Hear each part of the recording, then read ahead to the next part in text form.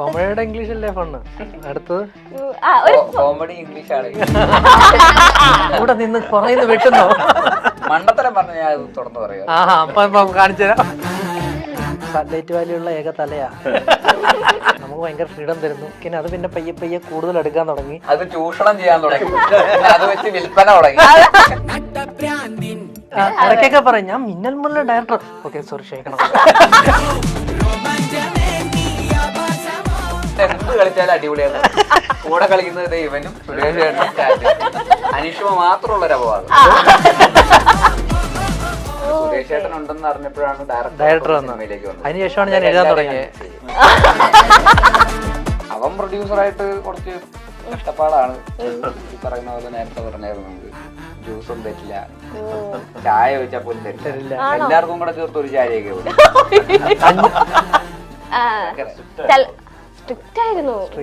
ഓരോരുത്തരുടെ പെർഫോമൻസും ഒന്ന് നോക്കും എങ്ങനെയുണ്ട്.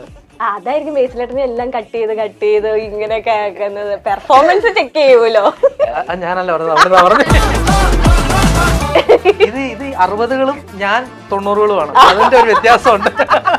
അല്ല, നീ ടീച്ചേഴ്സിനെ പറഞ്ഞ് മനസ്സിലാക്കി, ഞാൻ സ്റ്റാഫ് റൂം തീർത്തിട്ട്. ഹൈ ക്വാളിറ്റി മെറ്റീരിയൽസ് കൊണ്ടാണ് നമ്മുടെ ഓരോ വീടും നിർമ്മിച്ചിരിക്കുന്നത്. അതുകൊണ്ട് തന്നെ 10 വർഷത്തെ വാറന്റിയാണ് നമ്മുടെ ഗ്യാരണ്ടി. ഇതുപോലൊരു വീടല്ലേ സർ ആഗ്രഹിക്കുന്നത്? ഇങ്ങനൊരു വീട് ആരാണ് ആഗ്രഹിക്കാത്തത്? Byte homes for Kerala's leading tech enabled home builder. നമസ്കാരം. Byte homes of presents the കെന്ന ഷോ. ഇന്ന് എന്റെ കൂടെ ഉള്ളത് ഒരു മരണമാസ് ടീമാണ്. യെസ്, മരണമാസ് മൂവിയുടെ വിശേഷങ്ങൾ പങ്കുവെക്കാനായിട്ട് ഇന്ന് എന്റെ കൂടെ ഉള്ളത് സിജു സണ്ണി, ബേസിൽ ജോസഫ്, സുരേഷ് ചേട്ടൻ, രാജേഷ് ചേട്ടൻ ആൻഡ് അനീഷ്മ. നമസ്കാരം. Thank you. അതേട്ടാ 3 നമസ്കാരമൊക്കെ വെച്ച്. അതിന്റെ ഇൻട്രോ എപ്പോഴും ഒരു സിഗ്നേച്ചർ പരിപാടിയുടെ പേരെന്താ? ദ കെന്ന ഷോ. നല്ലല്ലേ ബേസിലിട്ട്? ഓക്കെ. അപ്പം നമ്മുടെ മൂവിയുടെ പേര് മരണമാസാണ്. ഓക്കെ, അപ്പൊ ഇതിന്റെ ഒരുപാട് ടീച്ചറും ട്രെയിലറും ഒക്കെ കണ്ടപ്പോ, അല്ല ഒരു ടീച്ചറും ആ ടീച്ചർ ഇറങ്ങിയപ്പോ തന്നെ ഏകദേശം ഈ മൂവി ഏത് റൂട്ടിലേക്കാ പോണേന്നൊക്കെ നമ്മൾ പ്രേക്ഷകർക്ക് ഒരു ഐഡിയ കിട്ടിയിട്ടുണ്ട്. ഏത് റൂട്ടിലോട്ടാ? ഏകദേശം ഈ പടത്തിന് വരാൻ പോകുന്ന എന്താണെന്ന് ആ രീതിയിലാണ് ഞാൻ ചോദ്യം ചോദിക്കുമ്പോ നിങ്ങൾ തിരിച്ചെന്നോട് അല്ല, നമുക്കൊരു കോമഡി ഫണ്ണുണ്ട്, എന്താ പറയാ, കോമഡിയുടെ ഇംഗ്ലീഷ് അല്ലേ ഫണ്ണ്. അടുത്തത് കോമഡി ഇംഗ്ലീഷ് ആണ്. ഓ താങ്ക് യു. കൂടെ നിന്ന് പുറകിന്ന് വെട്ടുന്നോ? മണ്ടത്തരം പറഞ്ഞ ഞാൻ അത് തുറന്നു പറയാം. അപ്പൊ കാണിച്ചു തരാം. ഓക്കെ, അപ്പൊ ഞങ്ങൾ പ്രേക്ഷകർക്ക് ഡൗട്ട്, ഈ മരണമാസ് എന്ന് പറയുന്നത് ബേസിലായിട്ട് രീതിയിൽ മാസ് ആക്ഷൻസ് ഒക്കെ കാണാൻ പറ്റുമോ, അതോ കോമഡി പ്ലസ് മാസ് ആണോ? എങ്ങനെയാണ് ഈ മരണമാസ് മൂവിയുടെ ഒരു റൂട്ടൊക്കെ? അങ്ങനെ എന്റെ മാത്രം ഒന്നും അങ്ങനെ ഒരു ക്യാരക്ടർ, അങ്ങനത്തെ ഒരു ഹീറോ സിനിമയല്ല ഇത്. എല്ലാവരുടെയും കൂടെ ഉള്ള ഒരു പരിപാടിയാണ്. അപ്പൊ ഇത് ഈ പറയുന്ന ക്യാരക്ടേഴ്സ് അല്ല, ഒരു പടത്തിന്റെ ഒരു പോയിന്റ് മുതൽ ഈ ക്യാരക്ടേഴ്സ് എല്ലാം കൂടെ വന്നു കഴിഞ്ഞാൽ പിന്നെ എല്ലാവരും കൂടെ ഒരുമിച്ചുള്ള ഒരു പോക്കാണ് മൊത്തത്തിൽ. അപ്പോ അതാണ് ഈ സിനിമയുടെ ഒരു, അതിൻ്റെ അകത്ത് ഇവരുടെ കുറെ കള്ളത്തരങ്ങളും ഇവരുടെ കുറച്ച് അഡ്വഞ്ചേഴ്സ് ഒക്കെയാണ്. ഓട്ടവും ചാട്ടവും ബഹളവും പ്രശ്നങ്ങളൊക്കെ ആയിട്ട് ഇത് കെയോസിലേക്കൊക്കെ പോയി അവിടെ അടിപിടി ബഹളം എന്നൊക്കെ പറഞ്ഞ് അങ്ങനെ ഒരു ക്ലൈമാക്സിലേക്കൊക്കെ എത്തി. അങ്ങനെ ഒരു ഹ്യൂമറാണ്, ചെറിയ സ്പൂഫ് ഉണ്ട്, കുറച്ച് പാരഡി ഒക്കെ പോലെ ഇങ്ങനെ ചില പഴയ സിനിമ ഡയലോഗുകളും അല്ലെങ്കിൽ ഇപ്പോഴത്തെ പോപ്പ് കൾച്ചർ റെഫറൻസുകളെയൊക്കെ വെച്ചിട്ടൊക്കെ ആയിട്ട് ഒരു പാക്കേജാണ്. അപ്പൊ അതിലൊരു എക്സാജറേഷൻ ഉണ്ട്, മൊത്തത്തിൽ ഇത്തിരി എക്സാജറേറ്റഡ് തമാശകളൊക്കെയാണ്. അപ്പൊ അതിന്റെ കുറച്ച് കളർഫുൾ ആണ്. അങ്ങനെയൊക്കെ ആയിട്ടുള്ള ഒരു സിനിമയാണത്. Fun movie. Okay. And Siju ചേട്ടൻ ബേസിലേട്ടന്റെ ഭയങ്കര ഫാൻ ആണ് എന്ന് പറഞ്ഞിട്ടുണ്ട് അല്ലെ? അപ്പൊ ഒരു ഫാൻ ബോയ് എഴുതിയ ഒരു സ്റ്റോറി അല്ലെങ്കിൽ ഒരു അങ്ങനെ ആരാധിച്ചുകൊണ്ട് എഴുതിയ ഒരു കഥയാണോ? അല്ല. സ്ക്രിപ്റ്റിംഗ് എഴുതിയ സമയത്ത് നമുക്ക് അങ്ങനെ ഈ കഥാപാത്രം ഇന്നാൾ ചെയ്യണമെന്നൊന്നുമില്ല. പക്ഷെ അടുത്തടുത്ത ഡ്രാഫ്റ്റുകൾ വന്നപ്പോഴത്തേക്കിനും കഥ പറയാനെ കൊണ്ടുള്ളൊരു അവസരം, അതിനുശേഷമാണ് പിന്നീട് ആ ക്യാരക്ടർ ബേസിലേട്ടൻ ചെയ്യുന്നത്. പിന്നെ അത് അങ്ങനെ ആയതാണ്. എഴുതുമ്പോഴേ നമ്മൾ അങ്ങനൊന്നും ചിന്തിച്ച് കഴിഞ്ഞാൽ ഒന്നാതെ അവൈലബിൾ ആകാൻ ഭയങ്കര പാടാണ്. ബാക്ക് ടു ബാക്ക് അല്ലെ, ഹിറ്റുകളോട് തിരക്കേറിയ. പിന്നെ ബേസിലേട്ടൻ പറഞ്ഞതുപോലെ ഇതിനകത്ത് ഉള്ളതിൽ സാറ്റലൈറ്റ് വാല്യുള്ള ഏക തലയാ.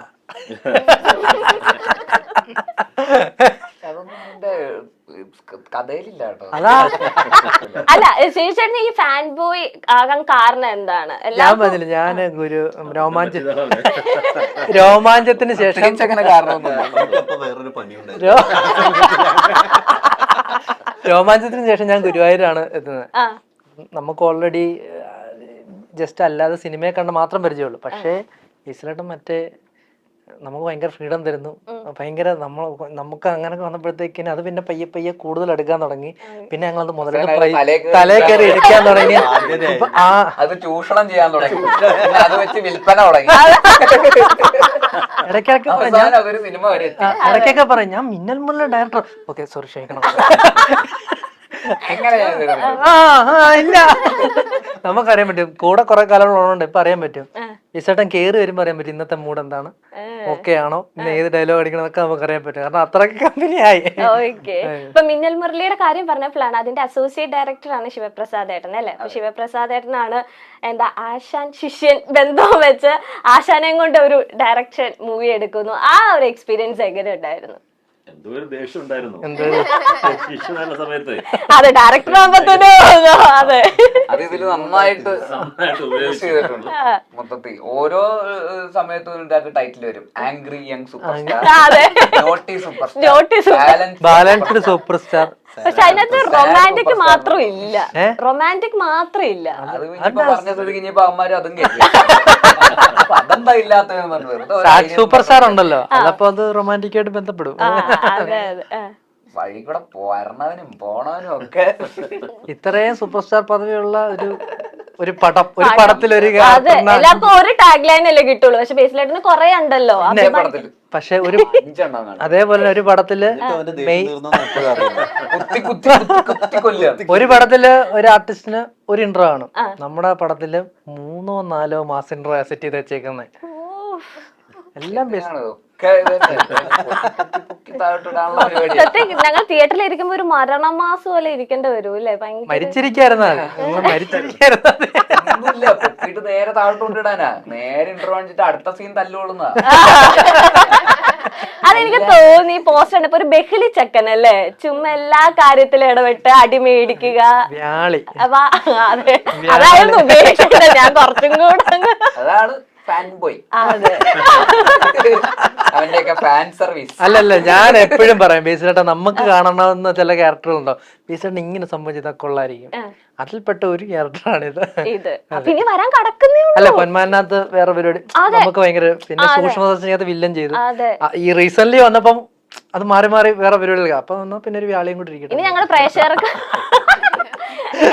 നല്ല സമയല്ലേ, ആൾക്കാര് കണ്ണു കെട്ടണ്ട, ഒരു ബഹളി ചെക്കനും കൂടെ ഇരിക്കട്ടെ.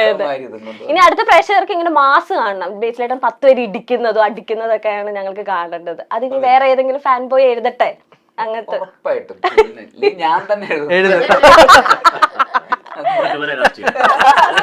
എന്തിന് ഞാൻ 10 പേരെ ഇടി കൊള്ളാൻ നോ ഡൗട്ട്. എല്ലാരും നമുക്ക് സുരേഷ് ഇടി കൊണ്ടുള്ള എക്സ്പീരിയൻസ് വെച്ചിട്ട് സുരേഷ് ചേട്ടനെ ഞാൻ കാണും. അതെ, സുരേഷന്റെ എല്ലാ പടത്തിലും വില്ലനൊക്കെ റോപ്പ് ഇറങ്ങാൻ സമയം കിട്ടൂല. ഞങ്ങൾക്ക് വേണ്ടി ടോവിനോ ചേട്ടനെയും കൂടെ വെക്കാം. ചോദിച്ചേട്ടൻ ഇടയ്ക്ക് പറയും ഈ മിന്നൽ മുരളിക്കകത്ത് ഭയങ്കര നൈറ്റ് ഷൂട്ട് ഭയങ്കരമായിട്ട് കഷ്ടപ്പെടുത്തുന്നു. അപ്പൊ പറഞ്ഞു ഞാൻ ഹിമാലയത്തിൽ വെച്ചൊരു പടം ഷൂട്ട് ചെയ്തിട്ട് നിന്നെ നായകനാക്കിയിട്ട് നീ ഡ്രസ്സില്ലാതെ ഓടുന്ന സീനായിട്ട് എഴുതി വെക്കും, മഞ്ഞത്തോട് ഓടുന്നത്, എന്നിട്ട് ഞാൻ ഡയറക്ഷൻ ചെയ്യുമെന്ന് പറഞ്ഞിട്ടുണ്ട്. ഇടയ്ക്കിടയ്ക്ക് പറയുന്നത് പ്രതികാരം ചെയ്യണം. അപ്പൊ അത് നടക്കുമായിരിക്കും എന്തായാലും. ഞാൻ ചെയ്താലേ ഇതില്. പക്ഷെ പറയാൻ പറ്റില്ല ഇവന്മാരേക്ക്. അതായത് കഥ പറയുമ്പോ ഇതൊന്നും പറയില്ല. എന്നിട്ട് അവസാനം ഒരു 50-60 ദിവസം ഷൂട്ട് കഴിഞ്ഞിട്ടൊക്കെ ആയിരിക്കും ക്ലൈമാക്സ്. പക്ഷെ ഇങ്ങനെ പറ്റുന്നുള്ളൂ എന്നൊക്കെ പറഞ്ഞിട്ട് ഇങ്ങനെയൊക്കെ എഴുതി കളയും. ഈ പടം ചെയ്യുമ്പോഴും നമുക്കറിയില്ല ഇതിന്റെ അകത്തൊരു പ്രൊമോ സോങ് ചെയ്യണം, ഡാൻസ് കളിക്കണം എന്നൊന്നും. അവസാനം ഷൂട്ടൊക്കെ കഴിഞ്ഞ് പ്രൊമോ സോങ് എന്നും പറഞ്ഞ് ലൊക്കേഷൻ പ്രൊമോ സോങ്ങിന്റെ അന്ന് രാവിലെ ചെന്നപ്പോഴാണ് ഫുൾ ഡാൻസ്. അതായത് ഇങ്ങനത്തെ പണികളൊക്കെ തരും. നമ്മളിതിന്റെ പെട്ടുപോയല്ലോ, ഇനി ഇതിന്റെ അകത്ത് ഇറങ്ങാൻ പറ്റില്ല. നമ്മളെല്ലാരും ഡാൻസ് അറിയാവുന്നുണ്ട്. അതെ, കോൾ ടൈം വെച്ചിരുന്ന 10 മണിയാണ്. ബേസിലേട്ടൻ 6:30 ആയപ്പോ വന്ന് വെച്ച് ആരും കാണാതെ ഒരു റൂമില് ഭയങ്കര ഡാൻസ്. അതായത് ഞങ്ങള് തലേദിവസം 4 മണിക്കൂർ പണിയെടുത്ത് വയ്യ. അപ്പഴത്തേനും സുരേഷണ്ണൊക്കെ ചോദിക്കട്ടെ ബേസിൽ ഇവിടെ, അപ്പഴത്തേനും ബേസിൽ മറ്റേ ആ പടത്തിൽ ഭയങ്കര ഡാൻസിലൊന്നും കുഴപ്പമില്ലെന്ന്. അപ്പൊ ഒരു ദിവസം ഞാൻ കുറച്ച് നേരത്തെ ഞാൻ നോക്കിയപ്പോ ഒരു റൂമില് ആരും കാണാതെ വെളുപ്പാങ്കാലത്ത് ഭയങ്കര ഡാൻസ് പ്രാക്ടീസ്. അത് 4 മാസ്റ്റർമാര്, ഫ്രണ്ടിലൊരാള് ബാക്കിലൊരാള്, മറ്റേ 4 ക്യാമറ വെച്ചേക്കുന്നല്ലേ. എന്നിട്ട് പഠിച്ചിട്ട് അറിഞ്ഞില്ല, പാളിപ്പോയി. ഇവര് പെട്ടെന്ന് വരുമെന്ന് വിചാരിച്ചില്ല, അല്ലായിരുന്നെങ്കിൽ പറയാനത് ഞാൻ വന്നപ്പോ തന്നെ അങ്ങ് പഠിച്ചില്ല. ബേസിലായിട്ട് ഡാൻസ് ഭയങ്കര പാടാണ്. കാരണം കഴിഞ്ഞ നിഖില വിമലും അനശ്വരൊക്കെ പറഞ്ഞു ബേസിലായിട്ട് ഇങ്ങനെ ചോദിച്ചോണ്ട് കിടക്കുക ഗുരുവായൂർ അമ്പലം നടയിൽ, നിങ്ങൾക്ക് ഡാൻസ് കളിക്കാൻ അറിയോ, നിങ്ങൾക്കറിയോ ഇങ്ങനെ ചോദിച്ചോണ്ട് കിടക്കുക. ഡാൻസ് കളിക്കാൻ അറിയാത്തവരുടെ ആകുമ്പോ വലിയ കുഴപ്പമില്ലല്ലോ, അറിയുന്നവരുടെ കൂടെ കളിച്ചാൽ നമുക്ക് അറിയില്ല. സുരേഷ് ചേട്ടന്റെ രാജേഷ് ചേട്ടന്റെ ഒക്കെ ഡാൻസ് ഉണ്ടോ? ഇതുകൊണ്ടാണ് എനിക്ക് ഇതിൽ കോൺഫിഡൻസ് ഉണ്ടായത്. ഞാൻ എന്ത് കളിച്ചാലും അടിപൊളിയാണ്. കൂടെ കളിക്കുന്നത് ഇവനും സുരേഷ് ചേട്ടനും രാജേഷും. അനീഷുമ മാത്രമുള്ള ഒരു അപവാദം പറയുന്നത്, അനീഷിമ എന്തോ കലാതിലകോ അങ്ങനെ എന്തോ ആണ്, അമ്മയുടെ കൂടെ കളിക്കാൻ പറ്റില്ല. പക്ഷെ ഇവര്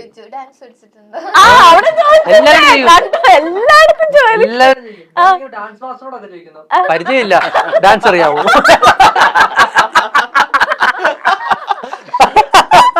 അതാ ടീം അഭിനയിക്കാനാ വിളിക്കുന്നത്. ഇതൊക്കെ ഇതിന്റെ പാക്കേജ് ആയിട്ട്.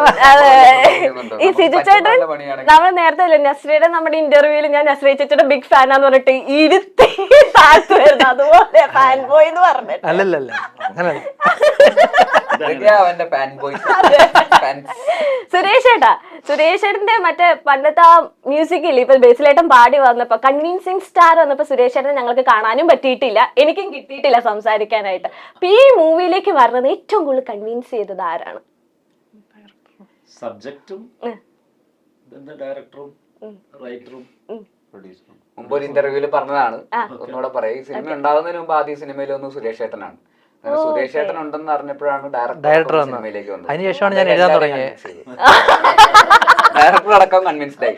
സുരേഷ് ചേട്ടൻ ഉണ്ടെന്ന് അറിഞ്ഞതിന് ശേഷമാണ് ഈ സ്ക്രിപ്റ്റ് എഴുതാൻ തുടങ്ങിയത്. സുരേഷിന് ഇതില് ഭയങ്കര ഇമ്പോർട്ടന്റ് ആയിട്ടുള്ള അപ്പൊ എന്തോ ഒരു പെർഫോമൻസ് ഉണ്ട്. എന്തോ ഒരു പെർഫോമൻസ്, നല്ല പെർഫോമൻസ്. അതല്ല, നല്ല പെർഫോമൻസിന് ഉദ്ദേശിച്ച ഞങ്ങൾ എല്ലാവരും ത്രൂ ഔട്ടുള്ള ക്യാരക്ടേഴ്സ് ആണ്. അങ്ങനെ ഒരു ട്രാവൽ മൂവി എന്ന് പറയാൻ പറ്റത്തില്ലെങ്കിൽ പോലും ഒരു ട്രാവൽ ഉണ്ട്, എല്ലാവരും ഒരുമിച്ച് ഒരു ട്രാവൽ ഉണ്ട്. എല്ലാവരും ഒരുമിച്ച് തന്നെയാണ് ഉള്ളത്. അതിനകത്ത് നോർമൽ പടത്തിലെ പോലെ അങ്ങനത്തെ ഒരു ക്യാരക്ടേഴ്സ് അല്ല, എല്ലാം ഇത്തിരി എക്സാജറേറ്റഡ്. ഇപ്പൊ സുരേഷ് ചേട്ടന്റെ മുഖത്ത് നോക്കിയിട്ട് വിടാൻ പറ്റുന്ന ഒരു ക്യാരക്ടറിന്റെ പേര് പറഞ്ഞേ. എനിക്ക്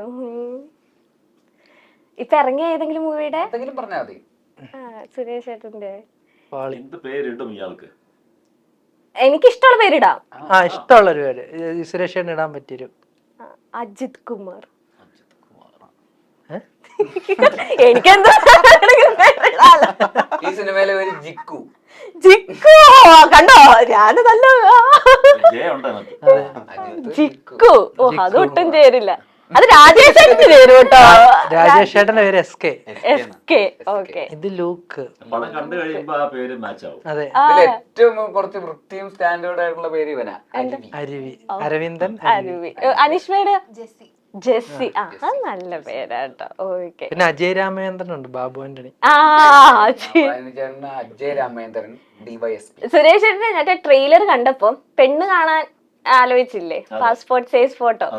ആ പെൺകുട്ടീനെ ഇഷ്ടപ്പെട്ടോ? കല്യാണം കഴിക്കാനൊക്കെ താല്പര്യം ഉണ്ടെന്നൊക്കെ പറഞ്ഞ് പിറ്റേ ദിവസം എന്റെ കല്യാണമാണ്, ആരും മുടക്കരുതെന്ന്. ആ ചേച്ചിയുടെ പേര് നാഗസൈദൻ. കണ്ടിട്ടുണ്ടോ? ഒരുപാട് യൂട്യൂബ്സിൽ ഇങ്ങനൊക്കെ. ഇല്ല, സീൻസ് ഇല്ല, ഫോട്ടോയാന്ന് മനസ്സിലായി. Okay, okay. അതിലെന്തെങ്കിലും ഫണ്ട് ഞങ്ങൾ ഓർത്ത് ആ ചേച്ചിയുടെ സ്പെഷ്യൽ അപ്പിയറൻസ് ഒക്കെ ഉണ്ട്. അതിൽ മാത്രമല്ല, എല്ലാ ഏരിയയിലും ഫണ്ടുണ്ട് അതിനകത്ത്. ഞങ്ങൾ സീരിയസ് ആയിട്ടായിരിക്കും നമ്മൾ പോകുന്നത്, പക്ഷെ പ്രേക്ഷകർക്ക് തീർച്ചയായിട്ടും അതിനകത്തൊരു ഫണ്ട്. ഇപ്പൊ ബേസിലേട്ടൻ പറഞ്ഞല്ലോ, സുരേഷേട്ടന്റെ ഇപ്പൊ ഫേസ് ആകുമ്പോൾ നമ്മൾക്ക് എപ്പോഴും ഒരു നെഗറ്റീവ് ഷെയ്ഡ്സ് അല്ലെങ്കിൽ കുറച്ച് പവർഫുൾ ആയിട്ടുള്ള ക്യാരക്ടേഴ്സ് ആണല്ലോ സുരേഷേട്ടൻ ചെയ്യാറുള്ളത്. അപ്പൊ ഇതില് ഇന്നേ വരെ കാണാത്ത ഒരു സുരേഷ് ചേട്ടനെയാണോ ഞങ്ങൾക്ക് കാണാൻ പറ്റുന്നത്? തീർച്ചയായിട്ടും ഞാൻ ചെയ്യാത്തൊരു ടൈപ്പ് വേഷമാണത്. ഓക്കെ. അതൊരു ബസ്സിന്റെ, അത് സാധാരണ ലോക്കൽ ഓടുന്ന ഒരു ബസ്സിന്റെ ഡ്രൈവറായിട്ടൊന്നും എന്നെ ചിലപ്പോ വേറൊരാൾ കാസ്റ്റ് ചെയ്യാൻ വഴിയില്ല. എനിക്കും അത് ആദ്യം ഉൾക്കൊള്ളാൻ കുറച്ചൊരു ഇതായിരുന്നു. എങ്ങനെയായിരിക്കും ഞാൻ ഡ്രൈവറായിട്ട് എനിക്ക് സ്വന്തം ഒരു സങ്കല്പിക്കാൻ ബുദ്ധിമുട്ടുണ്ടായിരുന്നു ആദ്യം. പിന്നെ അത് നമ്മള് കൺവിൻസ് ചെയ്ത് ആയി പോയി. ഓക്കെ. രാജേഷ് ചേട്ടാ, രാജേഷ് ചേട്ടൻ എങ്ങനെയാണ് ഈ മൂവിയിലേക്ക്? ആക്ച്വലി രാജേഷ് ചേട്ടൻ ഒരു കാസ്റ്റിംഗ് ഡയറക്ടറും കൂടിയാണല്ലോ. അപ്പൊ ഈ ഒരു മൂവിയിലേക്ക് വരുമ്പം ഓട്ടോമാറ്റിക്കലി നമ്മുടെ ഒരു പ്രൊഫഷൻ കാസ്റ്റിംഗും കൂടി ആകുമ്പോൾ കാസ്റ്റിംഗ് ഒക്കെ ഓക്കെ ആണോ അല്ലെങ്കിൽ ക്യാരക്ടറിന് വെച്ചതാണോ എന്നോട്ട് വരും നമ്മുടെ മൈൻഡില്, പുറത്ത് പറഞ്ഞില്ലെങ്കിലും മൈൻഡിൽ വരുമല്ലോ. അപ്പൊ മരണമാസിൽ എൻട്രി ചെയ്തപ്പോഴത്തേനും ബേസിലിനെ വെച്ചത് കാസ്റ്റിംഗ് കറക്റ്റ് ആണ്, സുരേഷ് ഏട്ടനെ വെച്ചത് കറക്റ്റ് ആണ്, അങ്ങനെയൊക്കെ തോന്നിയിരുന്നു? പിന്നെ എന്നെ ഏറ്റവും കൂടുതൽ പിന്നെ റോളുകളിലേക്ക് കാസ്റ്റ് ചെയ്തിട്ടുള്ള ഒരാളാണ് ശിവപ്രസാദിന്റെ ഡയറക്ടർ. ഓക്കെ. പുള്ളി എന്നെ ഒരു പടത്തിലേക്ക് കാസ്റ്റ് ചെയ്യാൻ എന്റെ സുഹൃത്തുമാണ്. അപ്പൊ അതില് കൺഫ്യൂഷൻ ഒന്നും ഉണ്ടായിരുന്നില്ല, പോയി ചെയ്യാന്നുള്ളത് ഉണ്ടായിരുന്നു. പിന്നെ എനിക്ക് പിന്നെ എന്താ, ഞാൻ ഇതുവരെ ചെയ്യാത്ത പോലത്തെ ഒരു ക്യാരക്ടറാ. പിന്നെ SK ഒരു സീരിയൽ കില്ലറാണ് ഞാൻ.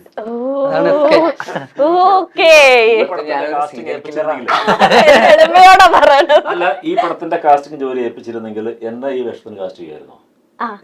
ഞാൻ സുരേഷ് ചേട്ടനെ ഇല്ല ഞാൻ എനിക്ക് സുരേഷ് ചേട്ടനെ ഇത് മുമ്പ് അറിയാത്തോണ്ട് ഇനിയിപ്പോ ഞാൻ എല്ലാ സിനിമയിലും എല്ലാ റോളിലും ആലോചിക്കും. ബേസിലേട്ടനോ ഈ ഇതിൽ ആപ്റ്റ് ആയിട്ട് തോന്നിയോ? എന്തായാലും സിജു ചേട്ടനോ? രാജേഷ് മാത്രമേ ആപ്റ്റല്ല. രാജേഷ് മാത്രമേ ആപ്റ്റല്ലാത്തായിട്ട്.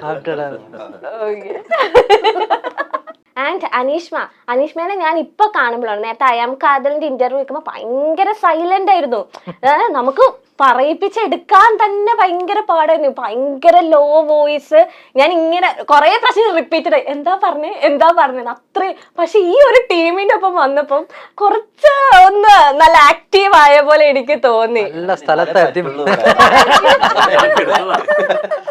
നല്ല സ്ഥലത്താണ്. അതെ, നല്ല സ്ഥലത്ത് 3-4 മാസം ഷൂട്ട് ഉണ്ടായിരുന്നു.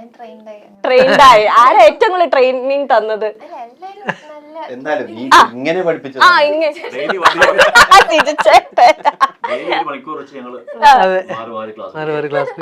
ഇതിന്റെ പൂജയുടെ സമയത്ത് ബേസിലേട്ടനോട് ഇങ്ങനെ ചോദിക്കുന്നത് ഇതിലത്തെ നായികയാരാ? നമ്മ പുതിയ കൊച്ച, നല്ല മിടുക്കി, നല്ല പെർഫോമറാന്നൊക്കെ പറഞ്ഞ്.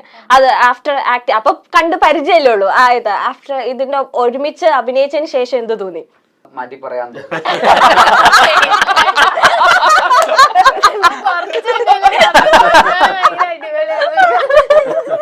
ഇല്ല, നന്നായിട്ട് തന്നെ ചെയ്തിട്ടുണ്ട്. അങ്ങനെ എത്ര എളുപ്പമല്ല. കുറച്ച് എക്സാജറേറ്റഡ് ആയിട്ടുള്ള ഒരു ക്യാരക്ടറാണ് അനീഷ്മ ചെയ്തിരിക്കുന്ന ക്യാരക്ടർ. കുറച്ച് ഹ്യൂമർ, കുറച്ച് കൂടിയ മീറ്റർ കൂടിയിട്ടുള്ള ഹ്യൂമറൊക്കെയാണ്. അപ്പൊ അത് ചെയ്യണമെങ്കിൽ അത്ര എളുപ്പമല്ല. പക്ഷെ വളരെ നന്നായിട്ട് തന്നെ ചെയ്തിട്ടുണ്ട്. ഇമോഷണൽ സീൻസ് ആണെങ്കിലും അല്ലാതെ ഹ്യൂമർ ആണെങ്കിലും ഒക്കെ വളരെ നീറ്റായിട്ട് തന്നെ ചെയ്തിട്ടുണ്ട്. ഒരു പറയുന്ന തുടക്കത്തിൽ ആള് വരുന്നതെന്ന് പറയുന്നതിന്റെ ഒരു കോൺഷ്യസ്നെസ്സോ അങ്ങനൊന്നും ഇല്ല. അതൊക്കെ വളരെ ഈസി ആയിട്ടൊക്കെയാണ് ചെയ്തിട്ടുള്ളത്. അപ്പോ നല്ല ആർട്ടിസ്റ്റ് തന്നെയാണ്. പിന്നെ വെരി എപ്പോഴും അവൈലബിൾ ആണ്, എപ്പോഴും ഫുൾ ടൈം ലൊക്കേഷനിൽ ഉണ്ടാവും, എഫേർട്ട് എടുക്കുന്നുണ്ട്. അപ്പൊ അതുകൊണ്ട് 10,000 അനീഷ്മ ഇത്ര മതി.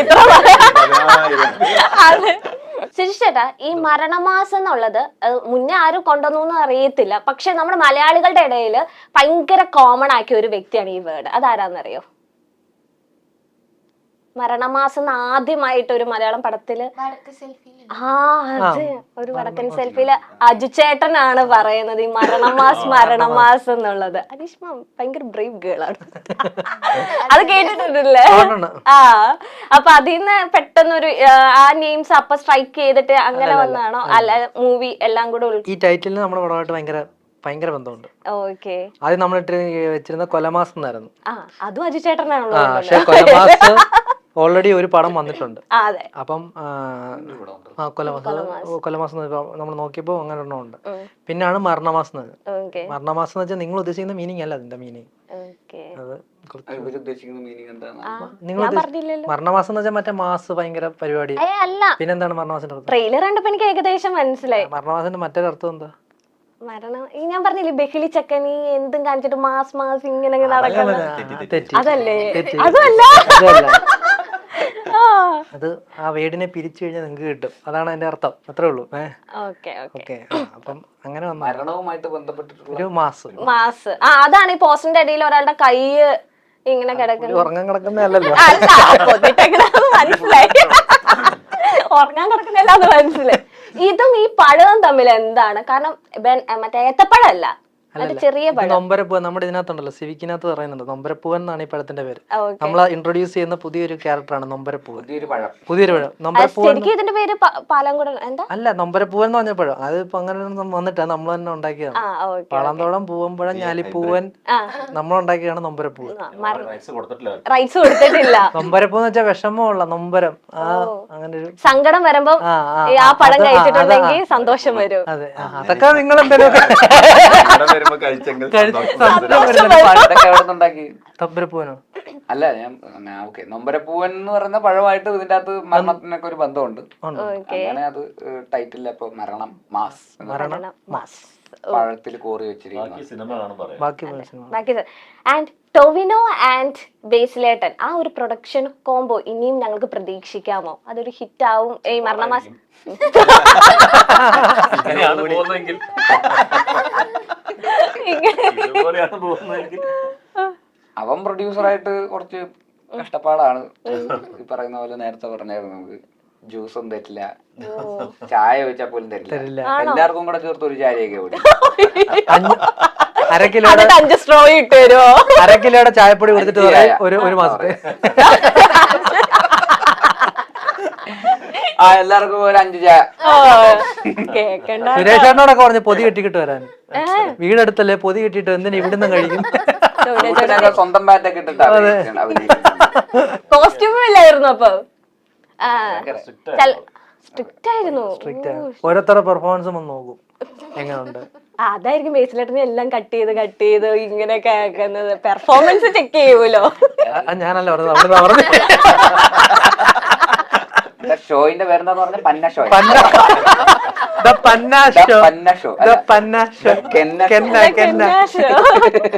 ഞാൻ ചെറുതായിട്ടൊന്ന് അങ്ങനെ ചെയ്തതല്ലേ. അപ്പൊ എന്താ ഭയങ്കര സ്ട്രിക്റ്റ് ആണോ ഈ എമൗണ്ടിന്റെ ഒക്കെ കാര്യത്തിൽ? ഇങ്ങനെ അങ്ങനെ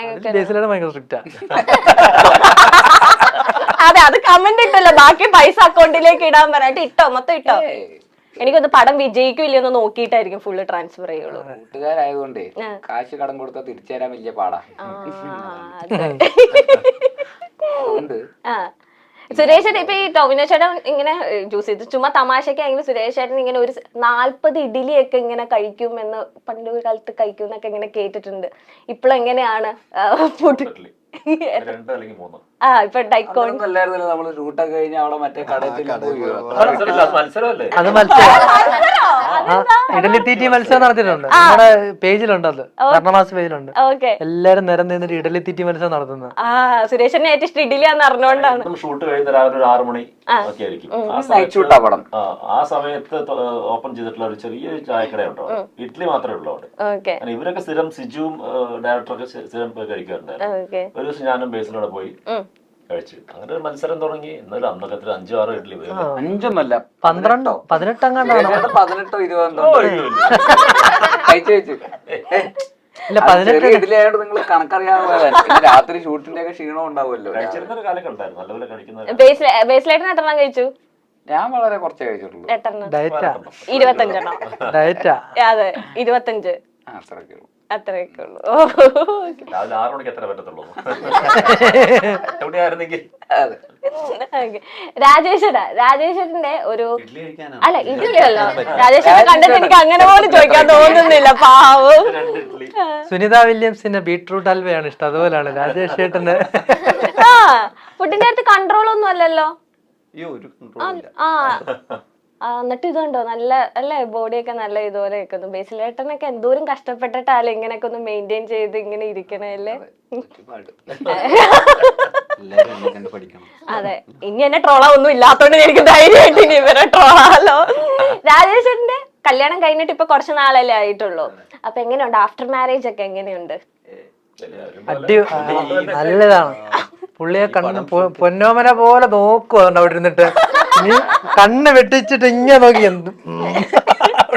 പടം ഷൂട്ട് കഴിഞ്ഞ ഉടനെയാണ്, സീരിയൽ കില്ലറിന്റെ ക്യാരക്ടറൊക്കെ കഴിഞ്ഞ ഉടനെയാണ് കല്യാണം കഴിഞ്ഞത്. അതുകൊണ്ടൊരു സമാധാനമുണ്ട്, ആ ഒരു ബഹുമാനം. നിങ്ങൾക്ക് ഒറ്റയ്ക്കുള്ള ലൈക്ക് മീൻസ് ട്രാവലിംഗ് ഒന്നും ടൈം കിട്ടി കാണില്ലല്ലോ, ഈ ഷൂട്ടിങ്ങും കാര്യങ്ങളും ഒക്കെ. അപ്പം എങ്ങനെയാ ചേച്ചിനെ ഇപ്പൊ ചേച്ചി ഇവിടെ വന്ന് ഇരിക്കുന്നുണ്ട്, അതുപോലെ തന്നെ ഷൂട്ടിംഗ് സെറ്റിലൊക്കെ വരുമായിരുന്നു? പിന്നെ ഓളും സിനിമയിൽ തന്നെ വർക്ക് ചെയ്യുന്നത്, അതുകൊണ്ട് എനിക്ക് അങ്ങനെ അതിലങ്ങനെ ഇടപെടേണ്ടി വരാറില്ല. പിന്നെ ഞാനിങ്ങനെ എല്ലായിടത്തേക്കും പോകുമ്പോ സഹായത്തിനായിട്ട് വിളിച്ചിട്ട് യാത്രയായിട്ട് വാക്കുകൾ കിട്ടാതെ പതറുന്ന പോലെ. നന്നായിട്ട് പകർന്നുണ്ട്. അത് അങ്ങനൊന്നും ഇല്ല. ഒരുമിച്ച് വർക്ക് ചെയ്യുന്നവരെ ഞാൻ സീരിയൽ കില്ലർ സിനിമയിൽ തന്നെ ആവുന്നു. കണ്ണൊക്കെ ഇപ്പോഴും ചേച്ചിയിലേക്ക് നോക്കുന്നത്. ബൈ, മരണമാസം നല്ല സിനിമ കഴിഞ്ഞപ്പോ അപ്പൊ വീട്ടിൽ പോണ്ടാണ്. അതെ അതെ. വല്ല ആവശ്യമുണ്ടോ പോയി അത് എനിക്കൊരു ക്വസ്റ്റ്യൻ കൂടെ ഉണ്ട്. അല്ല, ഒറിജിനൽ കല്യാണം കഴിയുന്നതിന് മുന്നേ വേറൊരു കല്യാണം കഴിഞ്ഞു അല്ല പ്രൊമോഷന് വേണ്ടി ചെയ്തത് എല്ലാരും തെറ്റിദ്ധരിക്കപ്പെട്ടല്ലോ. കല്യാണം കഴിഞ്ഞു എന്നൊക്കെ പറഞ്ഞ് ഭയങ്കര സോഷ്യൽ മീഡിയ അറിഞ്ഞില്ല. മറ്റേ പടത്തിന്റെ പ്രൊമോഷൻ രണ്ടുപേരും ഡാൻസ് കളിച്ച് കല്യാണം ലൈക്ക് ഈ പ്രീ വെഡിങ് ഷൂട്ടൊക്കെ ഇപ്പോൾ ഉള്ള പോലെ ഇവര് ചെയ്തപ്പോഴത്തേനും അങ്ങനെ ഒരുപാട് പേര് തെറ്റിദ്ധരിച്ച് കാണൂല ആ ഒരു മൂവിയും. അറിയില്ല, രണ്ടാമത് കെട്ടിയെന്നാ. കൊറേ അതന്നെയാണ് ഇപ്പോഴും ഓടിക്കൊണ്ടിരിക്കുന്നത്. രണ്ടാമത് കെട്ടി പിന്നെ ആ ടീച്ചറെ നിങ്ങൾ വിട്ടോ, നമ്മുടെ തെറിയാണ് അധികം. ഇപ്പൊ ഒഫീഷ്യലി നമുക്ക് പറഞ്ഞേക്കാം അല്ലെ, ഞാൻ ആകെ ഒരാളെ കെട്ടിയിട്ടുള്ളൂ. അതെ, ദീപ്തി ചേച്ചിനെ ഒന്ന് പറഞ്ഞേക്കാം. ഞാൻ ഒരാളെ മാത്രമേ കെട്ടി. ഇതിനടി കമന്റ് അങ്ങനെ അങ്ങ് പറഞ്ഞില്ല. എങ്ങനെ പണ്ട്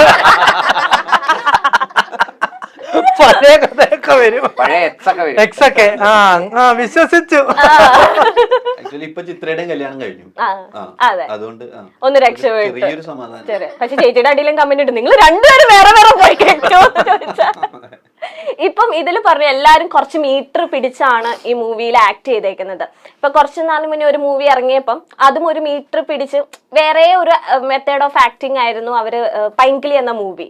അപ്പൊ അത് പ്രേക്ഷകർ കൂടുതൽ പറയുന്നത് അവർക്ക് അങ്ങനത്തെ ഒരു ടോൺ ഓഫ് തമാശകൾ ഇഷ്ടപ്പെട്ടില്ല, അല്ലെങ്കിൽ അവർക്ക് മനസ്സിലാക്കാൻ പറ്റുന്നില്ല. അപ്പൊ അങ്ങനത്തെ തന്നെ ഒരു മീറ്റർ ഓഫ് അങ്ങനത്തെ ഒരു കോമഡി ആണോ നമ്മുടെ മരണമാസിലും? അല്ല, എനിക്ക് ഭയങ്കര ഇഷ്ടപ്പെട്ട ഒരാളാണ്. അത് ഓരോരുത്തർക്കും സിനിമ കണ്ടാൽ അവരവരുടെ അഭിപ്രായങ്ങളാണ്. ഈ സിനിമ ഇറങ്ങുമ്പോൾ നമുക്ക് ഇഷ്ടപ്പെട്ട രീതിയിലാണ് നമ്മൾ എടുത്തു വെച്ചിരിക്കുന്നത്. അതിപ്പോ ഓഡിയൻസിനെ കാണിക്കുമ്പോൾ അത് ഓഡിയൻസ് ആണല്ലോ പറയേണ്ടത്, ഇത് നമുക്ക് വർക്കായോ വർക്കായില്ലല്ലോ എന്നുള്ളത്. എപ്പോ തൊട്ട് ഈ എനിക്കിങ്ങനെ ഒരു സ്ക്രിപ്റ്റ് എഴുതാൻ പറ്റും, ഇതിലേക്കൊക്കെ ഒരു ടേസ്റ്റ് ഉണ്ടെന്ന് അറിഞ്ഞു തുടങ്ങി? പണ്ട് തൊട്ടേ ഉണ്ട്. ഓക്കെ. ഫസ്റ്റില് ഞാൻ കേട്ട് 10th എനിക്ക് മറ്റേ ഞാൻ പണ്ട് അവസരം ചോദിച്ചാണെന്നാ, ആരും അടുപ്പിക്കുന്നില്ല, ഒരു മനുഷ്യനും അടുപ്പിക്കുന്നില്ല. അപ്പൊ പിന്നെ ഞാൻ തന്നെ ചെറിയ സ്കെച്ചൊക്കെ എഴുതിയിട്ട് കൊണ്ട് പ്രസന്റ് ചെയ്യാൻ പറയും, ഇതിനകത്ത് ഈ റോള്. അങ്ങനെയൊക്കെയാണ് ഞാൻ തുടങ്ങിയത്. അങ്ങനെയാണ് പിന്നെ പഠിക്കുമ്പോ തോന്നാതെ നേരത്തെ പറയുന്നുണ്ടായിരുന്നു, സ്കൂളിൽ പഠിക്കുമ്പോ ഇങ്ങനെയൊക്കെ തോന്നുമായിരുന്നു, തീവ്രവാദികളൊക്കെ സ്കൂളിൽ ഒന്ന് ആക്രമിച്ചിരുന്നെങ്കിൽ എന്നിട്ട് എല്ലാ തീവ്രവാദികളെ അടിച്ചു കൊന്ന് എല്ലാരെയും കുട്ടികളെയും. എനിക്ക് പണ്ട് തോന്നുമായിരുന്നു, പണ്ട് ചെറുപ്പത്തിൽ ബസ് യാത്ര ചെയ്യുമ്പോ ഈ ബസ് ഇപ്പൊ പെട്ടെന്ന് ഡ്രൈവറിന് അറ്റാക്ക് വന്നായിരുന്നെങ്കിൽ അപ്പൊ ഞാൻ ഓടിച്ചെന്ന് എല്ലാരും രക്ഷപ്പെടുത്തു. എനിക്കൊക്കെ അങ്ങനെ തോന്നിയിട്ടുണ്ട്. ബേസിനും പറയാം, എനിക്കൊന്നും അങ്ങനെ തോന്നിയിട്ടില്ല. ഞാനെന്താ ചെയ്യാ, എനിക്ക് രക്ഷിക്കാൻ പറ്റൂലെന്ന് എനിക്കറിയാലോ. അത് 70 കാലഘട്ടം. നമ്മളങ്ങനെ ഇപ്പൊ പെട്ടെന്ന് സ്കൂൾ ആക്രമിക്കാൻ തീവ്രവാദികൾ വരുന്നു, പെട്ടെന്ന് ഞാൻ എല്ലാരെയും അടിച്ച് ഒതുക്കി രക്ഷപ്പെടുത്തുന്നു, ഹീറോ ആവുന്നു. പണ്ട് നമ്മൾ അങ്ങനെയൊക്കെ സ്വപ്നം കാണും. തീവ്രവാദികളുടെ കയ്യിൽ തോക്കുണ്ടാവില്ല, അപ്പൊ നീ എന്ത് ചെയ്യും? ഇത് 60കളും ഞാൻ 90കളുമാണ്, അതിന്റെ ഒരു വ്യത്യാസമുണ്ട്.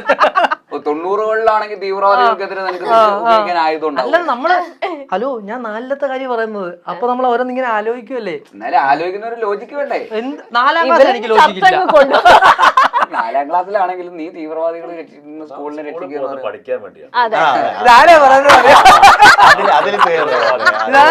തടിക്കിരുന്ന് പറയാ സ്കൂളിൽ പോകുന്ന പഠിക്കാൻ വേണ്ടിയാണ്.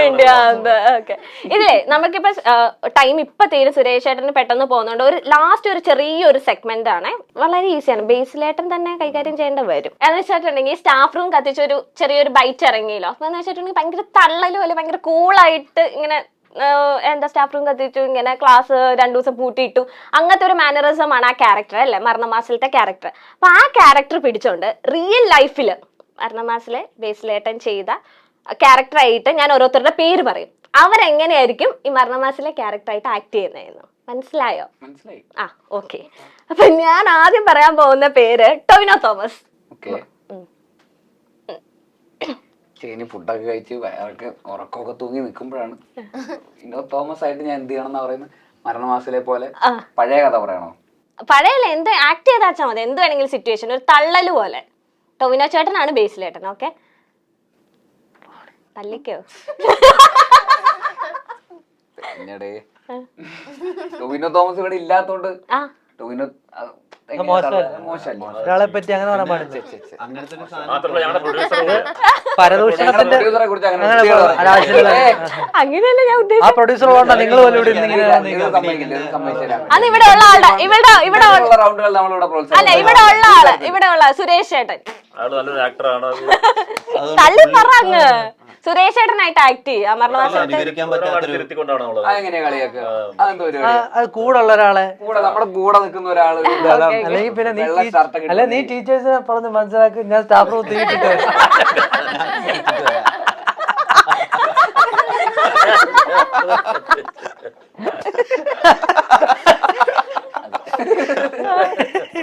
ഓക്കെ ഗായ്സ്, അപ്പൊ നമുക്ക് ആ ഗെയിം അങ്ങ് ക്യാൻസൽ ആക്കാം. അതായിരിക്കും എന്റെ ആരോഗ്യത്തിന് നല്ലത്. അല്ലെങ്കിൽ ഞാൻ വീണ്ടും ഏറി പോയിട്ട് വീണ്ടും ഞാൻ തിരിച്ചു വരുന്നത് അത് ശരിയാവില്ലല്ലോ. അപ്പം മരണമാസ് ടീമിന് എല്ലാവിധ വിഷസും അറിയിക്കുകയാണ്. അപ്പൊ ഒരു മരണമാസ് തന്നെ ആവട്ടെ മൂവി. വിഷുവിനാണ് റിലീസ്. അപ്പൊ നല്ലൊരു എന്താ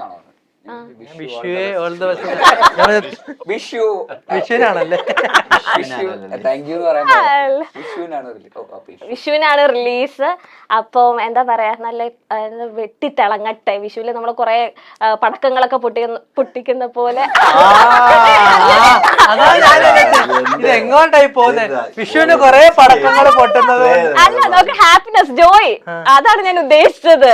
അങ്ങനെ നിങ്ങൾ ചിന്തിക്കുക. അതുപോലെ തന്നെ മരണമാസം തിയേറ്റർ ഇതിനു മുമ്പാണ് ഇന്റർവ്യൂ ഏതൊക്കെയാണ് ഇല്ല, എല്ലാം വിജയിച്ചിട്ടുണ്ട്. അപ്പൊ തിയേറ്റർ മൊത്തം നിറഞ്ഞൊഴുകട്ടെ എന്ന് ഞങ്ങളുടെ ടീമിന്റെ ഭാഗത്ത് നിന്ന് ആശംസകൾ നൽകുന്നു. Okay, thank you. Thank you so much. All the very best and thank you so much. Thank you. Thank you.